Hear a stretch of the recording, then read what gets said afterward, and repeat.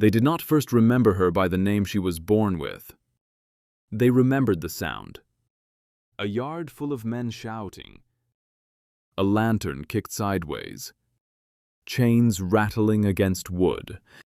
And then the low, tearing roar of cats no one believed could be there until it was too late. In the stories, that was the night the house lost its voice. Doors slammed. Horses reared. Men who had spent their lives giving orders forgot how to speak.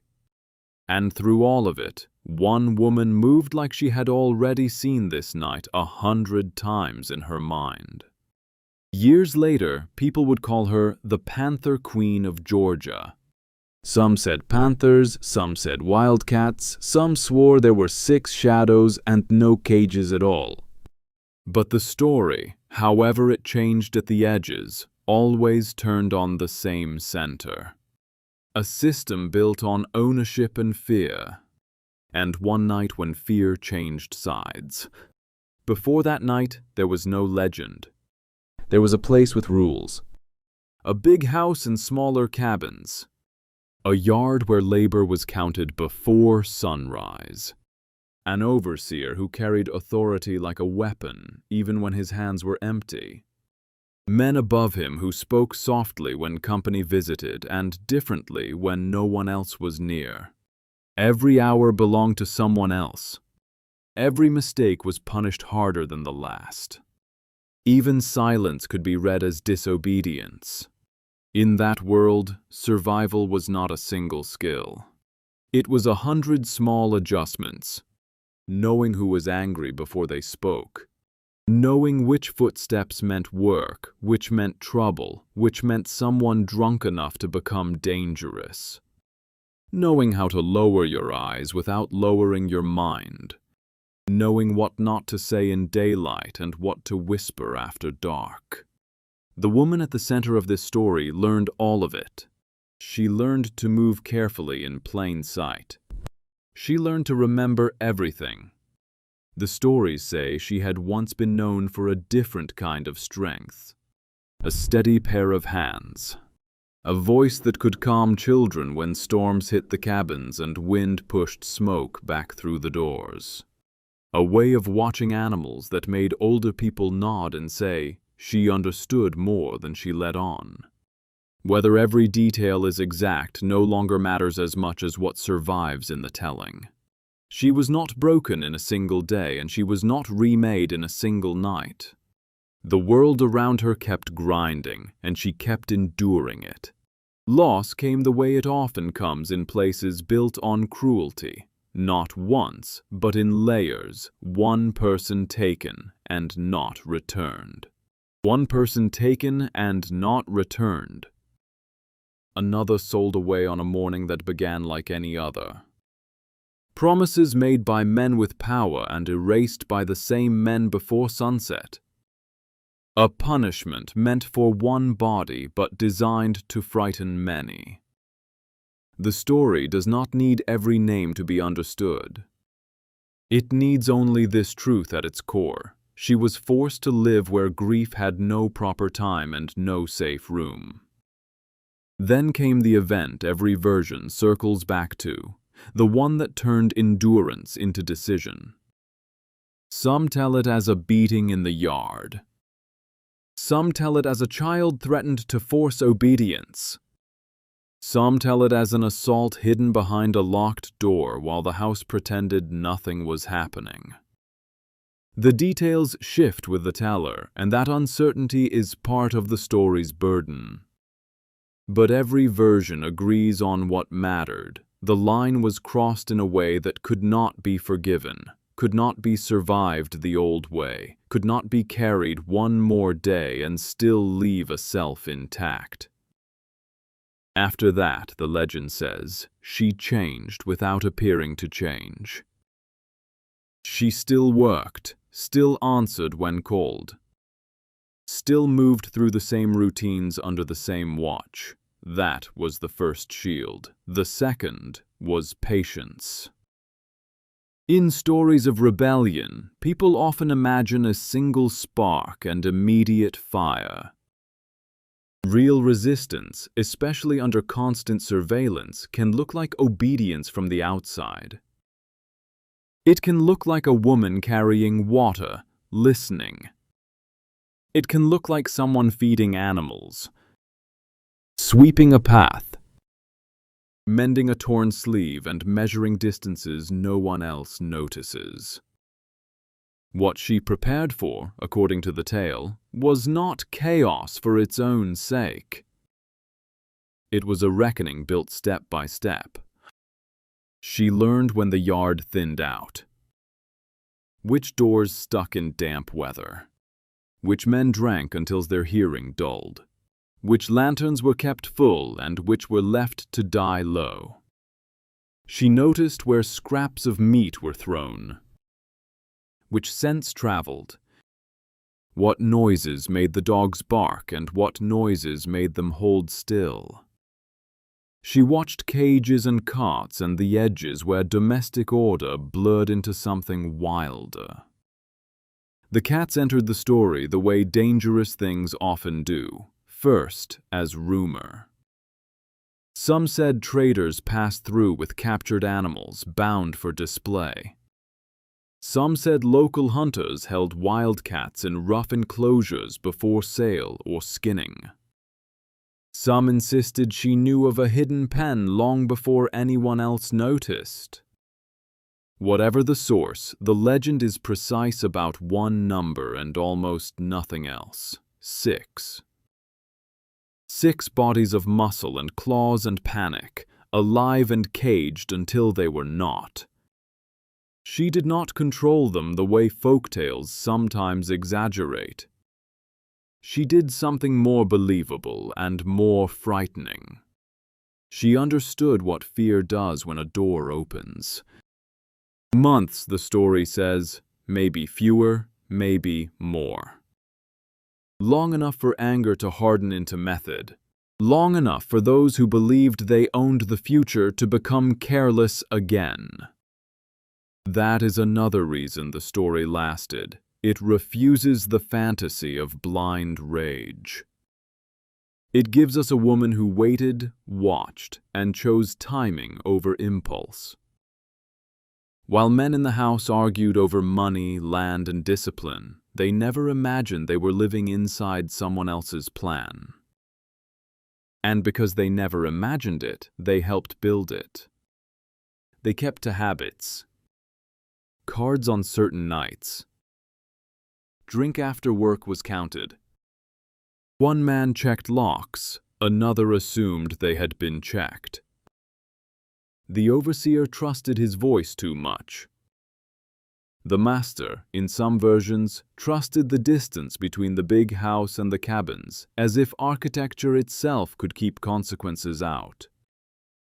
The household settled into that fatal kind of confidence that comes from power, exercised too long without challenge. To them, order was permanent. To her, order was a pattern. Patterns can be broken. When the chosen night came, the stories darken and sharpen at the same time. It was late enough that commands had grown lazy. Late enough that lamps made islands instead of daylight. Late enough that the people most feared by everyone else believed they were safest. Whether there was rain, whether there was wind, whether the moon was hidden or thin, those details change. What does not change is this: she had already made up her mind and she had already arranged what needed arranging. The first break was not the attack. It was the sound of something where it should not be. A latch, a scrape, a burst of motion from the edge of the yard. Then another. Then too many at once for the men nearest the porch to understand. The cats did what frightened animals do in a world of shouting and flame.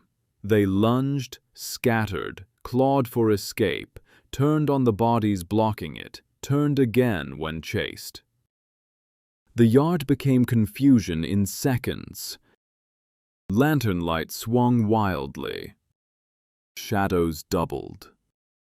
Dogs barked too late. Horses slammed against their ties. Men reached for weapons and found darkness, each other, or pure panic.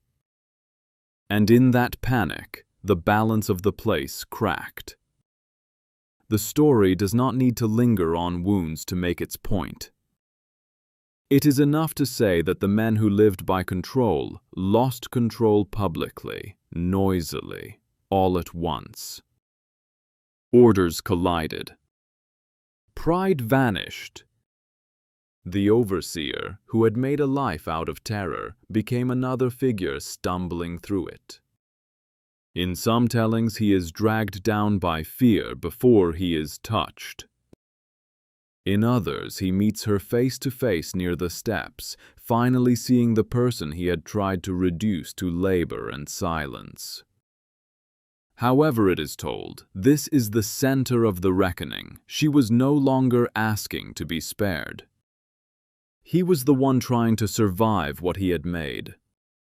The confrontation with the primary captor is where storytellers lean closest, as if listening for words through time. Some say she spoke softly, which frightened him more. Some say she named what had been done. Some say she said nothing at all and that silence was the judgment. There are versions in which he begged, versions in which he cursed, versions in which he tried to call her by a name he had used for years and discovered names no longer worked. What stays constant is not the dialogue but the reversal. The man who believed himself untouchable was made to understand, even for a moment, that the night was no longer his. Then came the final movement of her plan, not domination, but escape. Legends often flatten this part, but it may be the bravest part of all. Disorder is a door, not a destination. While the yard buckled under fear, she moved through the opening she had created. Past noise, past men chasing shadows, past the boundaries that had defined her life for too long. Whether she fled alone or with others depends on the version told in that family, that county, that community. The uncertainty remains. The motion remains too. She left while power was still looking inward, bleeding and shouting at itself. By dawn, the story had already begun mutating. What the captors called an attack, others called judgment. What the household called madness, others called planning. Riders went out. Questions spread. Descriptions changed from road to road. In one telling, she vanished into swamps. In another, she reached woods and moved by creek beds. In another, she was hidden, passed quietly from one safe place to another by people who understood that silence can be an act of courage. Every retelling adds a path. Every retelling adds a path. None can fully close it. The manhunt, if we can call it that, did something unexpected. It made her larger. The more the powerful tried to pin the story down, the more it slipped from their hands. They wanted a criminal. Communities told of a strategist. They wanted an example of punishment. The story became an example of resistance. They wanted fear restored. Instead, fear became shared. Not equal, not permanent, but shared enough to matter. Shared enough that people who had never seen the yard on that night could picture it when the name traveled. The Panther Queen of Georgia. Was every detail exact? Oral history rarely survives by court standards. It survives by what people refuse to forget. What matters is not whether every claw mark landed where later storytellers placed it. or whether all 6 wildcats moved exactly as described. What matters is the pattern the story preserves. A woman trapped inside a violent order. An intimate cruelty that made endurance impossible. A long season of hidden preparation. A chosen night. A reversal so shocking that even her enemies had to repeat it. Legends grow because they carry emotional truth where official records often carry none. And this story carries more than revenge. It carries intelligence, timing, discipline, the refusal to let pain be the final author of a life, even in the versions that end in uncertainty. Whether she escaped far, whether she changed her name, whether she lived long enough to hear the legend spreading. There is a kind of victory no document can fully confiscate. The people who told this story did not tell it because the world became just. They told it because, for one night, injustice was forced to feel vulnerable. That is why the image stays with people, not just the cats, not just the terror. The image is a mind at work under conditions designed to crush the mind. A person treated as property, studying the habits of power, until power exposed its own weakness. As evening approaches, the forest shifts into another mode. Stepping into history, or into legend, and leaving a mark so vivid that even uncertainty could not erase it. So whether you hear it as history, as folklore, or as something living in the space between the two, the question it leaves behind is the same.